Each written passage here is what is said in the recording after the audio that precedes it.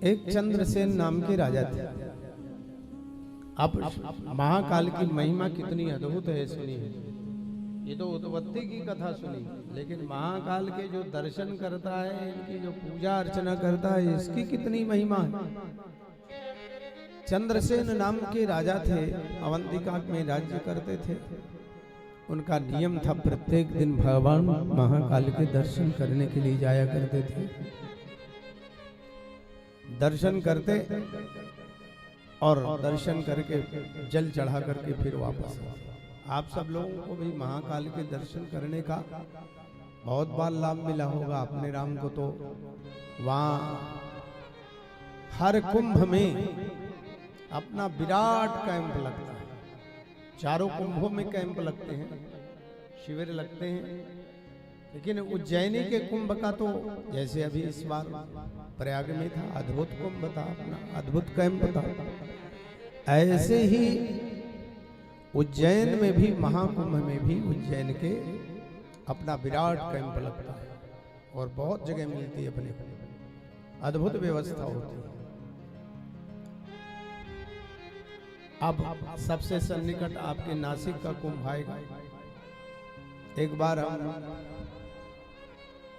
माहेश्वरी जी के यहाँ रुक करके साथ ही गए थे नासिक के कुंभ में।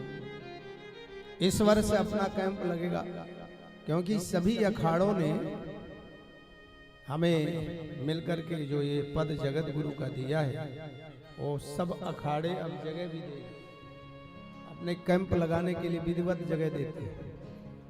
और ये सिंहासन भी अखाड़ों के द्वारा ही प्रदत्त है।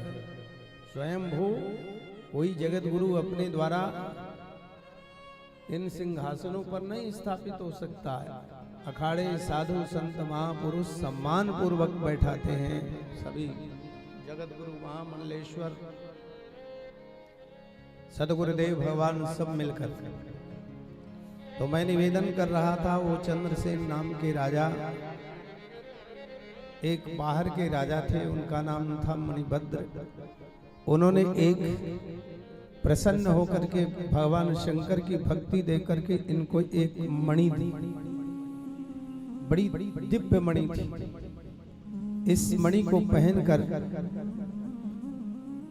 जब राजा चंद्रसेन भगवान शंकर के दर्शन करने के लिए जाते, तो इस मणि की क्रांति से, अद्भुत कांति से और सुंदर प्रकाशमान हो जाता पूरा मन। राजा की अद्भुत शोभा हो गई। राजा चंद्रसेन का सम्मान तो अद्भुत था ही, लेकिन इस मणि के प्राप्ति के बाद में राजा चंद्रसेन का सम्मान और बढ़ा। छोटे छोटे राजा महाराजा मन में विचार करने लगे, ऐसा करें कि ये मणि छीन लेते हैं राजा से युद्ध कर। जितने भी छोटे छोटे राजा थे छुटके, उन्होंने इकट्ठा होकर मन में विचार किया कि चलो सारे राजा एक साथ मिलकर के राजा चंद्रसेन से युद्ध करते हैं और मणि छीन करके ले लेंगे। राजा चंद्रसेन को पता चला तो अवंतिका नगरी की रखवाली भगवान शंकर स्वयं करते।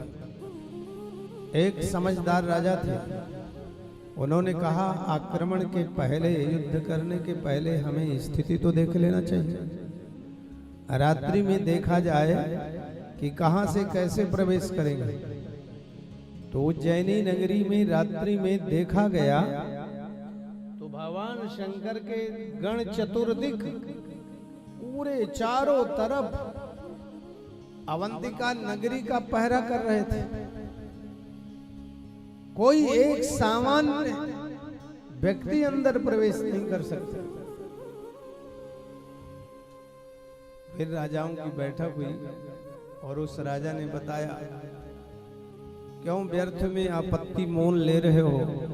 जहां साक्षात भगवान शंकर का पहरा हो, उनके गणों का पहरा हो, वहां आप क्या कर सकते हैं?